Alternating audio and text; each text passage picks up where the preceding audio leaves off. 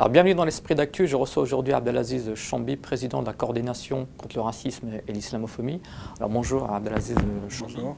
Vous êtes président de la coordination contre le racisme et l'islamophobie, cofondateur de l'Union des jeunes musulmans, cofondateur du collectif des musulmans de France, mais également cofondateur des éditions Tawhid. Donc vous avez une longue expérience militante.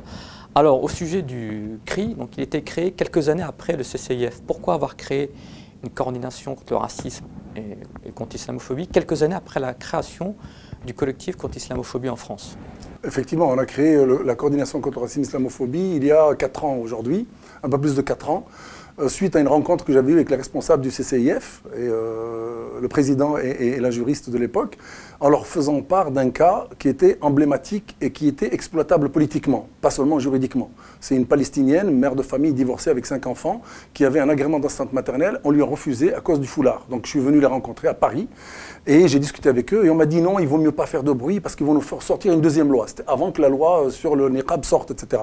Donc j'ai dit, nous, on va être obligé de prendre effectivement un chemin un peu plus revendicatif, un peu plus politisé.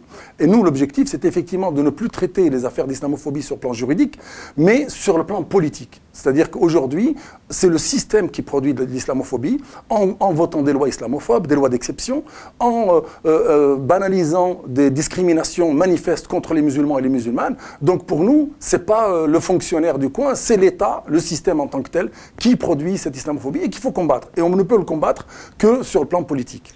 Par qui êtes-vous financé? Nous, on est financé par les dons des adhérents et les dons des sympathisants, et qui ne sont pas énormes. On a eu un coup de main d'AVS, la seule association aujourd'hui sur l'échiquier, sur le paysage islamique de France, le fameux PIF.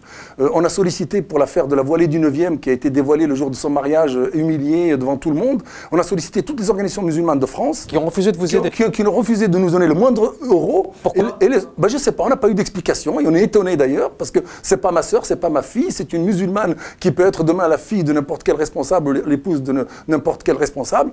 Et seuls les frères d'AVS ont donné un coup de main, et on les remercie effectivement, parce que l'argent qui est généré par la communauté doit aussi servir à lutter pour les droits de la communauté. Alors vous avez un pôle juridique qui permet de porter plainte? Oui, tout à fait. On travaille avec l'avocat Gilles Devers, d'ailleurs, avec qui on a travaillé sur la question palestinienne également. On travaille avec un avocat parisien. On a un pôle juridique aussi du côté d'Annecy qui travaille sur ces problématiques-là. On a un avocat lyonnais également qui est avec nous. Donc quand il s'agit d'affaires juridiques, donc on les fait mener, effectivement, on fait déposer plainte, on fait poursuivre. Mais nous, ce qui nous intéresse, c'est ne pas nous cantonner là-dedans. Et à titre d'exemple, l'affaire de la mairie du Lyon 9e, par exemple, qui a été dévoilée le jour de son mariage, on s'est battu pendant 7 mois sans connaître la personne.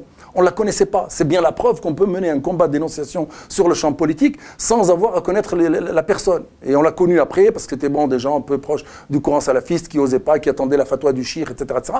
Donc on est arrivé quand même à les convaincre eux aussi de déposer plainte. Donc nous, ce qui nous intéresse, c'est aller au fond des choses. Et le système, quand il est injuste, quand il distille de l'injustice, par exemple, je donne un exemple. Qui aujourd'hui remet en cause la loi du 15 mars 2004? Moi, j'en connais pas. Nous, on souhaiterait, avec un travail de fond, avec un travail de lobbying, un travail sur le champ politique de ce qu'on voudra, faire infléchir les discriminations légales à travers l'abrogation de cette loi si possible. Alors vous êtes critique sur la campagne du CCIF, nous sommes aussi la nation. Pourquoi? On est critique. Nous, on dit c'est toujours mieux que rien. C'est que je donne l'exemple toujours d'une maison dont les fondations sont abîmées, où le toit, les poutres sont complètement bouffées par les mites. Et nous, on va faire la tapisserie. Moi, je veux bien, la tapisserie, c'est toujours bien, c'est agréable, etc. Mais pour nous, le problème, il n'est pas là. Le problème, il est, comme je l'ai dit tout à l'heure, il est sur le fond. C'est-à-dire le système qui génère des injustices aujourd'hui, la classe politique et médiatique qui fait en sorte que la parole islamophobe se libère, les actes et le passage à l'acte se libèrent. Et nous, on dit, parce que l'opinion publique, en fin de compte, c'est pas elle la plus nocive. Je veux dire, le Français lambda qui a peur un peu de voir des niqabs chez lui, à la limite, c'est pas lui, c'est ceux qui entretiennent le climat de peur et de diabolisation qui m'intéressent. Parce que je vais aller à la source en réalité. Et nous, on dit qu'il faut aller à la source. Nous, on préfère, par exemple, faire une campagne ciblée, qu'on ait les moyens, par exemple, de cibler les députés ou les maires qui sont islamophobes et qui encouragent des pratiques islamophobes. On mène une campagne avec l'argent, des sommes conséquentes apparemment qui ont été dépensées pour cette campagne, dont une partie apparemment a été mise de côté, puisque la RTP a pas refusé. Qu'on mette cet argent-là pour mener fait des campagnes locales envers les députés, qu'on informe les citoyens, les administrés de ces députés ou de ces maires, pour dire votre maire est islamophobe, votre maire encourage l'exclusion, la discrimination et l'islamophobie. Et on aura peut-être beaucoup plus de résultats, parce que quand il va perdre son poste de député européen ou de député à l'Assemblée nationale ou de sénateur ou de maire, là, les autres élus vont réfléchir. Et ça veut dire qu'on gagnera des années de lutte. Et moi, je dis, la campagne, elle est bien, mais elle est trop tôt. Pour moi, elle est trop tôt. L'opinion publique, on n'est pas, j'allais dire, au niveau, comment dirais-je, d'acceptation ou en tout cas de reconnaissance des musulmans dans ce pays pour qu'on puisse parler comme tout le monde à l'opinion publique. Nous, on est encore dans le ghetto. On est encore dans le ghetto de la visibilité, du politique et du médiatique. Donc, du jour au lendemain, vouloir parler à ce niveau-là, moi je dis c'est trop tôt. On est peut-être 10 ans en avance. Peut-être que dans quelques années, quand les musulmans auront la possibilité de s'exprimer comme les homosexuels, comme les LGBT, etc., qui font une campagne, qui font des kissings, je sais pas quoi, devant l'Assemblée nationale, etc., le jour où les musulmans seront capables de faire ça, peut-être que l'opinion publique, effectivement, elle sera à même de recevoir des messages comme nous sommes aussi la nation. Alors vous êtes également critique sur le discours de certains acteurs de l'islam de France qui prônent une invisibilité des musulmans. Oui, vous voyez, donc là, on est en plein dans la contradiction, ça confirme ce que je disais tout à l'heure. On ne peut pas, au moment où certains prônent effectivement l'invisibilité, vouloir à tout prix s'afficher dans les métros et sur la place publique et dans les médias. C'est complètement contradictoire. Ça montre bien l'état de la communauté. Aujourd'hui, c'est pas en voulant être invisible qu'on va obtenir le respect de notre identité ou de notre place de citoyen dans ce pays. Au contraire, aujourd'hui, plus on va s'effacer et plus on va vouloir nous faire disparaître du champ de la visibilité. La preuve, je cite toujours l'exemple du jeune Amine qui était comment on appelle, à l'université d'été de l'UMP à l'époque avec Brice Hortefeux. On lui dit, monsieur le ministre, ce jeune homme, il est comme nous, il est chrétien, il boit de l'alcool, il mange du porc, il est comme nous. Il a dit qu'il y en a un, ça va, qu'il y en a beaucoup. Ça veut dire qu'aujourd'hui, ce système néocolonial, impérialiste, culturellement parlant et militairement parlant, veut soumettre une catégorie de la population, veut diaboliser une catégorie de la population pour continuer à gérer à sa guise le monde. Et nous, on dit aujourd'hui, c'est dangereux parce que je vois, moi, je dis, par exemple, en rigolant, je dis, moi, je vais créer une association qui s'appelle Bleu, Blanc, Rouge. Et à chaque réunion qu'on va faire, on va chanter la Marseillaise. Et à chaque fin de réunion, on va saluer le drapeau Bleu, Blanc, Rouge. Vous allez rigoler. Vous allez dire, qu'est-ce qu'il veut Abdelaziz? Eh bien, même si je fais ça demain, je serai toujours traité, comme je suis traité actuellement, comme étant un proche de Tariq Ramadan, un proche des indigènes de la République, parce qu'on lance une campagne de soutien aux mères de famille qui sont exclues des sorties scolaires. Et la FCPE envoie un texte, un courrier, à ces réseaux en disant, attention, Abdelaziz Chambi, c'est ci, c'est ça. Justement, donc vous avez une expérience militante de plus de 40 ans.